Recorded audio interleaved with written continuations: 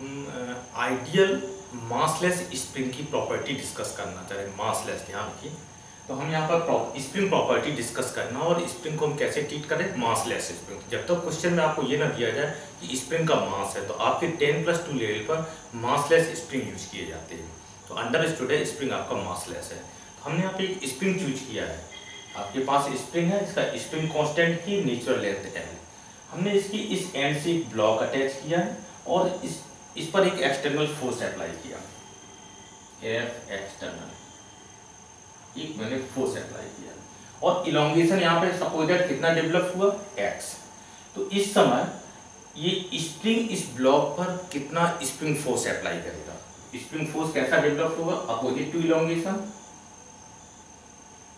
और इसका magnitude this F is equal to कितना हो जाएगा, K times into x। F यहाँ पे क्या मैग्नीट्यूड फॉर्म है, डायरेक्शन मैंने प्लॉट कर दी। इस समय यदि ये ब्लॉक आपके पास इक्विलिब्रियम पर है तो दिस F इक्वल टू कितना होगा, एक्सटर्नल फोर्स के इक्वल हो जाएगा। Means external force equal to कितना होगा, K इनटू x के। अब सिचुएशन यहाँ पर देखिए, जब इस एंड पर मैंने एक स्प्रिंग फोर्स डेवलप हुआ K इनटू x, तो आपके पास इस एंड पर देखो स्प्रिंग फोर्स क्या होगा, ये जो स्प्रिंग जब इलोंगेट हो गया तो इस एंड पर यहाँ पर जो ये ब्लॉक से अटैच है, यहाँ पर स्प्रिंग फोर्स कितना काम कर रहा है इस साइड में, और यही सेम स्प्रिंग इस सपोर्ट पर इस पोजीशन में किस डायरेक्शन में काम करेगा, इस साइड। यहाँ पर वैल्यू कितनी हो जाएगी, F is equal to K into x।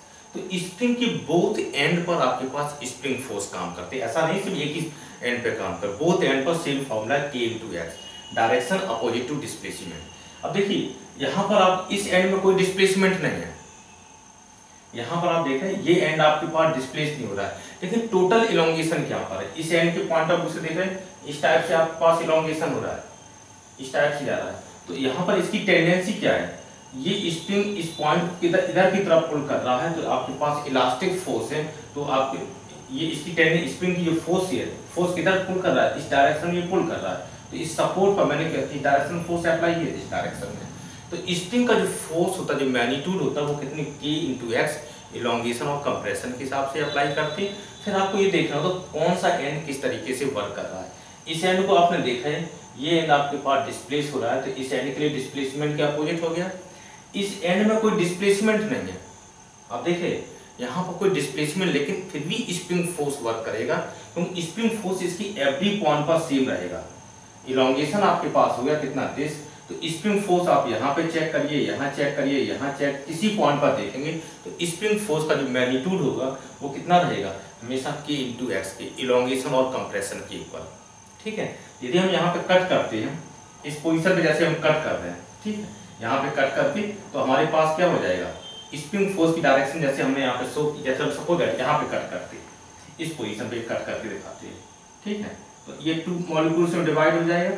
तो जब इस साइड का जो मॉलिक्यूल होगा उस पर स्प्रिंग फोर्स इस साइड में आ जाएगा, इसका इस डायरेक्शन में। तो स्प्रिंग फोर्स हम कई बार स्टूडेंट कंफ्यूज हो जाते हैं कि सिर्फ इलोंगेशन, कंप्रेशन या डिस्प्लेसमेंट, इस एंड में कोई डिस्प्लेसमेंट नहीं, फिर भी स्प्रिंग फोर्स काम कर रहा है। ठीक है, कंफ्यूज नहीं होना। बोथ एंड पर जैसे हम स्प्रिंग को इलोंगेट करेंगे, तो आप जैसे एक स्प्रिंग को लीजिए और इलोंगेट करिए, आप दोनों हाथों से आपको उस पर फोर्स लगाना पड़ेगा। वो फोर्स कैसे होते हैं, इक्वल एंड अपोजिट होते हैं। देखिए ये फोर्स यदि इस डायरेक्शन में, तो ये फोर्स कैसा हो जाएगा, इस डायरेक्शन में, इक्वल एंड अपोजिट हो जाएंगे। ठीक है, तो एवरी पॉइंट पर, किसी पॉइंट पर इस पर कट करके देख लें, स्प्रिंग फोर्स की वैल्यू कितनी होगी, K इनटू x की होगी। जैसे हमारे पास मासलेस स्प्रिंग की एवरी पॉइंट पर सेम फोर्स होता है, सेम फोर्स होता है, टेंशन की वैल्यू सेम होती है। उसी तरह से स्प्रिंग यदि मासलेस है तो उसकी एवरी पॉइंट पर हमारे पास कैसा हो जाएगा, हम सेम फोर्स, सेम आपके पास Kx की तरह आप वैल्यू शो कर सकेंगे। अब प्रॉपर्टी देखिए, सपोज करिए दिस एक्सटर्नल फोर्स हम रिमूव कर दें, दिस एक्सटर्नल फोर्स मैंने रिमूव किया। अब क्या हो गया, इसके पहले क्या था, इक्विलिब्रियम सेटअप हो गया था। जैसे मैंने एक्सटर्नल फोर्स रिमूव किया, तो अब इस पे एक नेट फोर्स काम कर रहा है इस साइड में, तो यहाँ पर एक एक्सीलरेशन होगा, इस डायरेक्शन में एक्सीलरेशन आ जाएगा इस साइड में। तो एक्सीलरेशन की वैल्यू कितनी हो गई, K into x upon m। ठीक है, तो जस्ट आफ्टर, अब सिचुएशन आती है, जस्ट आफ्टर जैसे आपने एक एक्सटर्नल फोर्स रिमूव किया है, just after remove this external force, तो इस समय स्प्रिंग फोर्स के जस्ट आफ्टर रिमूव करने के बाद स्प्रिंग फोर्स कितना होगा, जस्ट आफ्टर रिमूव मतलब वेरी वेरी स्मॉल टाइम के बाद, just after very very small time में। तो आप देख रहे हैं कि ये एक्सेलरेशन m आपके पास एक फाइनाइट है, तो एक्सेलरेशन कैसा होगा, एक फाइनाइट होगा वेरी वेरी स्मॉल टाइम में, तो वेरी वेरी स्मॉल डिस्प्लेसमेंट इसमें होगा, मींस वो x के रेस्पेक्ट में डिस्प्लेसमेंट कैसा होगा, नेग्लिजिबल होगा। तो अभी भी इलोंगेशन यहाँ पे कितना मेंटेन रहेगा, जस्ट आफ्टर के बाद x इलोंगेशन अभी मेंटेन रहेगा। तो स्प्रिंग फोर्स इसमें कितना होगा, अभी भी kx रहेगा। तो ये नहीं है कि आपने जैसे एक्सटर्नल फोर्स आपने रिमूव किया तो स्प्रिंग फोर्स जीरो हो गया ना, स्प्रिंग फोर्स उसकी इलोंगेशन और कंप्रेशन पे डिपेंड करता है, ठीक है। तो इलोंगेशन हमारे पास कैसा था, इस समय जस्ट आफ्टर रिमूव करेंगे अभी भी इलोंगेशन x आएगा, x की वैल्यू में चेंज कितना, वेरी वेरी स्मॉल चेंज हुआ, small time, just after means very very small time में। तो स्प्रिंग फोर्स अभी भी कितना मेंटेन रहेगा, k × x मेंटेन रहेगा। ओके, अब सपोज एक सिचुएशन और बता रहे हैं कि स्प्रिंग आपके पास मासलेस है, यदि हम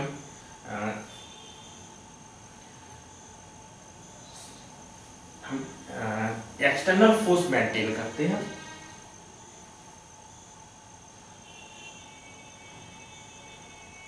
ये F एक्सटर्नल अभी है, इक्विलिब्रियम पे सेटअप है, ठीक है, कोई मोशन नहीं है, स्प्रिंग फोर्स कितना काम कर रहा है, k × x। अब सपोज करिए कि हम ये बता रहे हैं कि इसको एक इस पोजीशन से कट कर देते हैं, स्प्रिंग को हम यहां से कट कर देते हैं, यानी कट अप्लाई किया। अब क्वेश्चन ये आता है जस्ट आफ्टर कट, कई बार कट वर्ड यूज करें, कई बार बर्न वर्ड यूज करते हैं।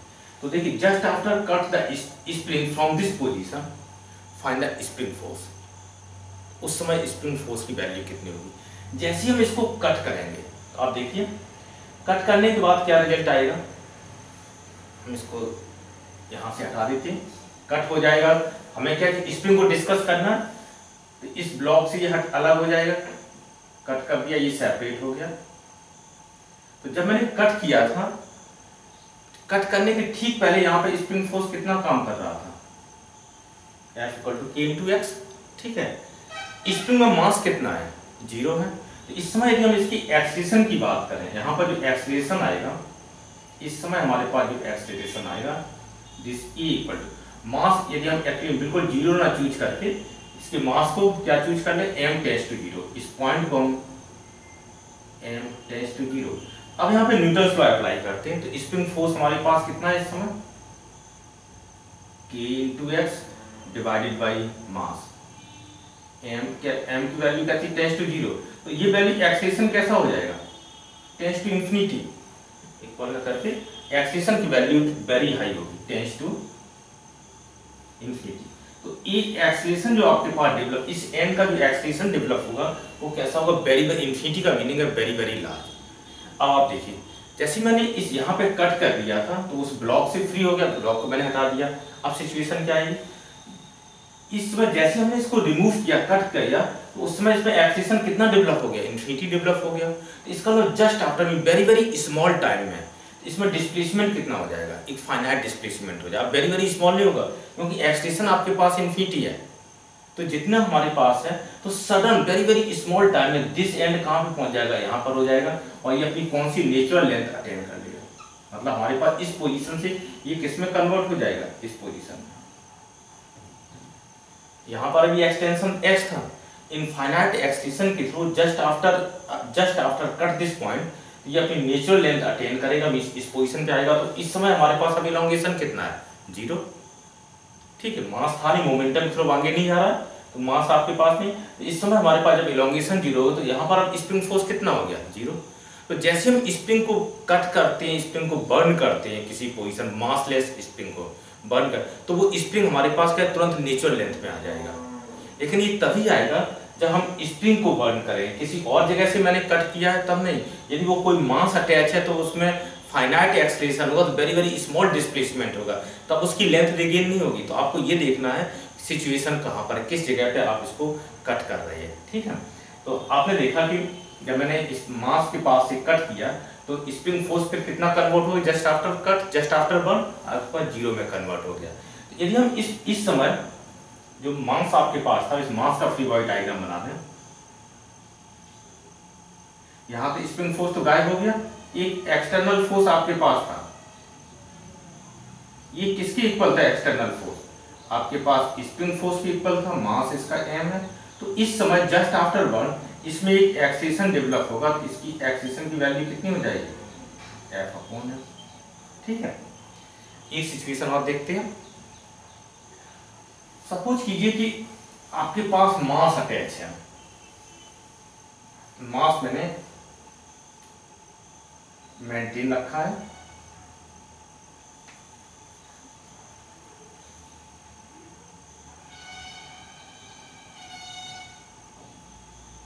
और यहां पर फोर्स कौन सा है? F external. This F external equal to किसकी इक्वल है? स्प्रिंग फोर्स की इक्वल है। अभी यहाँ पर इक्विलिब्रियम है। अब सिचुएशन देखिए, हम ये चाह रहे हैं इस मोमेंट पर हम स्प्रिंग को यहां से बर्न कर दें, यहां से कट करते हैं, इस एंड से कट कर दिया। जैसे हम इसको कट करेंगे तो इतना पीस अलग हो जाएगा, कट पॉइंट पर है। यदि हम इसको कट कर देते हैं तो आपको दिखा रहे हैं अब क्या होगा, ये पीस इससे फ्री हो गया। तो इस मोमेंट पे जब तक यहाँ पर स्प्रिंग में इलोंगेशन इस पोजीशन पे था, तब तक तो आपके पास स्प्रिंग फोर्स कितना काम कर रहा है? अभी यहाँ पे इलोंगेशन है। अभी जैसे इसको मूवमेंट हम अलाउ ना करें, थोड़ी देर के देखिए मूवमेंट अलाउ नहीं कर रहे तो स्प्रिंग फोर्स है। लेकिन अब यहाँ पर देखिए इस मास का, यहाँ पर जो मास हमारे पास हम कितना अटैच ट्रीट कर लें, m टेंड्स टू 0। जब मैंने सपोर्ट से इसको अलग किया है तो मास हमारे पास टेंड्स टू, इस एंड का मास कितना हो गया? टेंड्स टू 0 हो गया। अब यहाँ पर इस एंड का एक्सीलरेशन कितना होगा? नेट फोर्स इस साइड में है, तो इस डायरेक्शन में एक एक्सीलरेशन आएगा। दिस एक्सीलरेशन इक्वल टू कितना होगा? k into x upon m, m tends to 0। तो यहाँ से आपके पास देखा कि एक्सीलरेशन वैल्यू किसमें कन्वर्ट होगी? Tends to infinity, very very large. तो इस एंड में हमारे पास कोई वेरी वेरी लार्ज एक्सीलरेशन होगा। तो इसका due to this very very large acceleration just after very very small time में ये अपनी नेचुरल लेंथ रिगेन कर लेगा, मतलब इसकी नेचुरल लेंथ आ जाएगी। नेचुरल लेंथ का मींस इलोंगेशन गायब हो जाएगा। इसका मतलब है वेरी वेरी स्मॉल टाइम में ये हमारे पास कैसा होगा? इसमें तो अपने इनर्शिया के थ्रू चेंज नहीं होगा, वेरी वेरी स्मॉल टाइम में। इस मास में जब ये इधर से मूवमेंट स्टार्ट करेगा तो इलोंगेशन कम होने लगेगा, स्प्रिंग फोर्स कम होने लगेगा। तो यहाँ पर भी एक नेट एक्सीलरेशन डेवलप होगा, नेट फोर्स होगा तो नेट एक्सीलरेशन होगा। तो इस डायरेक्शन में इसका displacement negligible, very very small आएगा। लेकिन वेरी वेरी स्मॉल टाइम में दिस एंड कैसा होगा? अपना full length, natural length regain कर लेगा, मींस जो इलोंगेशन है वो डिसअपियर हो जाएगा। जैसे ही इलोंगेशन डिसअपियर हो गया तो स्प्रिंग फोर्स कितना होगा? 0। जब स्प्रिंग फोर्स 0 हो जाएगा तो हमारे पास सिचुएशन किसमें कन्वर्ट हो जाएगी? ये फिगर जो कन्वर्ट हो जाएगा फाइनली, यदि इसका फिगर ड्रॉ करना चाहें, हमारे पास ब्लॉक यहाँ पे अटैच था, नेचुरल लेंथ आ गई थी,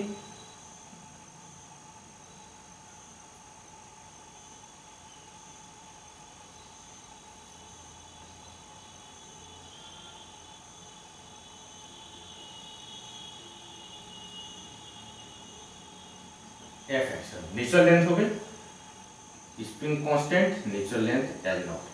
अब यहां से देखिए इस पोजीशन पर स्प्रिंग फोर्स कितना हो गया? यहां पर भी स्प्रिंग फोर्स गायब हो गया, क्योंकि अब इसमें इलोंगेशन खत्म हो गया। तो जैसे ही इलोंगेशन खत्म हो गया, अब यहां पर क्या होगा? एक एक्सीलरेशन आएगा, नेट फोर्स इस डायरेक्शन में, तो इस डायरेक्शन में एक एक्सीलरेशन डेवलप होगा।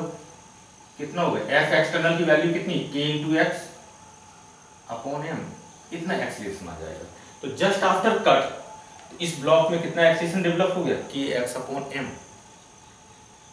ओके, तो आपको ये सिचुएशन देखनी होती है कि कहाँ से हम कट अप्लाई करते हैं, किस तरीके से कट अप्लाई करते हैं, किस टाइप से अनबैलेंसिंग फोर्स डेवलप होती है। ये हम प्रॉब्लम में यूज करेंगे, किस टाइप के अनबैलेंसिंग फोर्स डेवलप होती हैं, तो हम एक्सटेंशन निकालते थे। स्प्रिंग जब हमारे पास मासलेस होता है, यदि मैंने स्प्रिंग को कहीं से भी कट कर दिया तो जस्ट आफ्टर कट करने के बाद वो अपनी नेचुरल लेंथ रिगेन कर लेता है, स्प्रिंग फोर्स डिसअपियर हो जाती है। तो किसी पार्टिकल पे भी स्प्रिंग फोर्स पहले काम कर रहे थे, जैसे वो डिसअपियर हो जाएंगे तो उसका इक्विलिब्रियम डिस्टर्ब हो जाएगा, वहाँ पर एक एक्सीलरेशन काम करने लगेगा। तो ये टर्म्स हम क्या करेंगे? प्रॉब्लम में यूज करेंगे। तो स्प्रिंग की प्रॉपर्टी हमने इस तरीके से वर्क कर ली है।